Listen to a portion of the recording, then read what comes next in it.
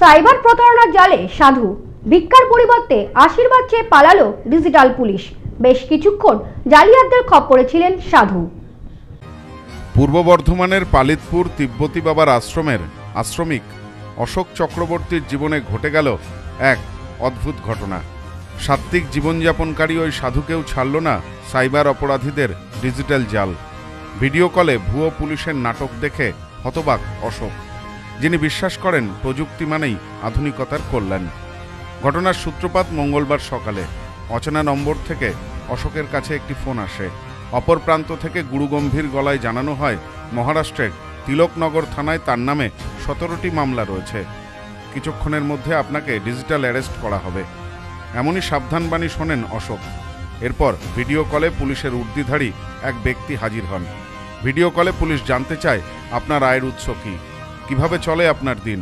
অশোক জবাব দেন, আমি ভিক্ষা করি না, যারা আশ্রমে আসেন তারা যা দেয় তা দিয়েই চলে যায়, আমার কোনো ব্যক্তিগত সম্পত্তি নেই। এরপরই প্রতারক জানতে চায় আশ্রমের আশেপাশে কি কি রয়েছে। অশোক ক্যামেরা ঘুরিয়ে আশ্রম দেখাতেই প্রতারকের মুখ থমকে যায়। তারা বুঝতে পারে এই সাধুর কাছ থেকে কিছু আদায় করা সম্ভব নয়। ভিডিও কলের শেষ পর্যায়ে ভুয়ো পুলিশ অশোকের কাছে আশীর্বাদ চেয়ে নেয়। আপনার আশীর্বাদ চাই, আপনি ভালো থাকুন, এই বলে কল কেটে দেয়। ঘটনাটি জানিয়ে অশোক বলেন, আমার কাছে হারানোর কিছু নেই, কোনো প্রযুক্তির অপব্যবহার এতটা বাড়লে মানুষ কোথায় যাবে। যে আপনার এগেনস্টে অনেকগুলো এফআইআর হয়েছে, 17টা, আর আপনার 2 ঘন্টা পর থেকে কিন্তু আর কোনো ফোন চলবে না। কোথায় এফআইআর হয়েছে বলবেন? তিলকনগর থানা, বোম্বাই। ওখানে আমাকে ডাইরেক্ট করে দিল দীপক নামে একজন। আমাকে বলল যে ফোন কোম্পানি থেকেই এটা করেছে, আমরা থানাকে ধরিয়ে দিচ্ছি, যেখানে এফআইআরটা হয়েছে সেখানে ধরিয়ে দিচ্ছি বলতে লাগলো। তারপরে ওখানে ধরিয়ে দিল থানায়। একজন পুলিশের ড্রেস পরে বসে আছে থানায়। সে আমাকে বিভিন্ন প্রশ্ন করতে লাগলো যে আপনার ইনকাম কি।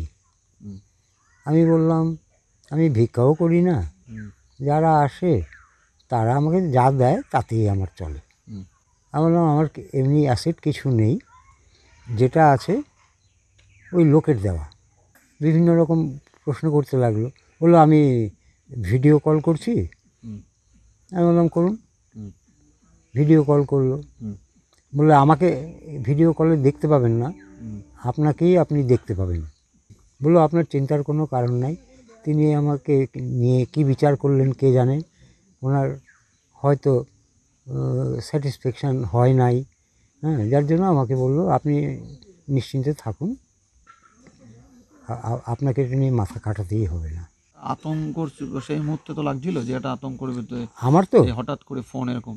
হ্যাঁ, অবশ্যই লাগবে। আমি বললাম আমি একটু বায়াসও হয়েছিলাম। হ্যাঁ, উনি আবার বললেন আমি ভিডিও কল করছি, করুন।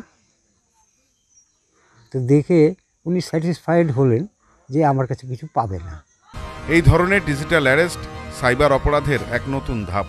পুলিশের উর্দি এবং ভিডিও কলে ভুয়ো নাটকের মাধ্যমে বিশ্বাস অর্জন করে প্রতারকরা, তারপর প্রতারণার চেষ্টা করে।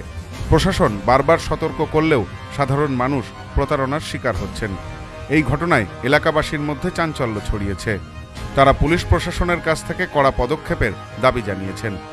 অশোকের মতো নির্লোভ এবং ধর্মপরায়ণ মানুষও যদি প্রতারণার শিকার হন, তবে সাধারণ মানুষ কতটা সুরক্ষিত তা নিয়ে প্রশ্ন উঠছে।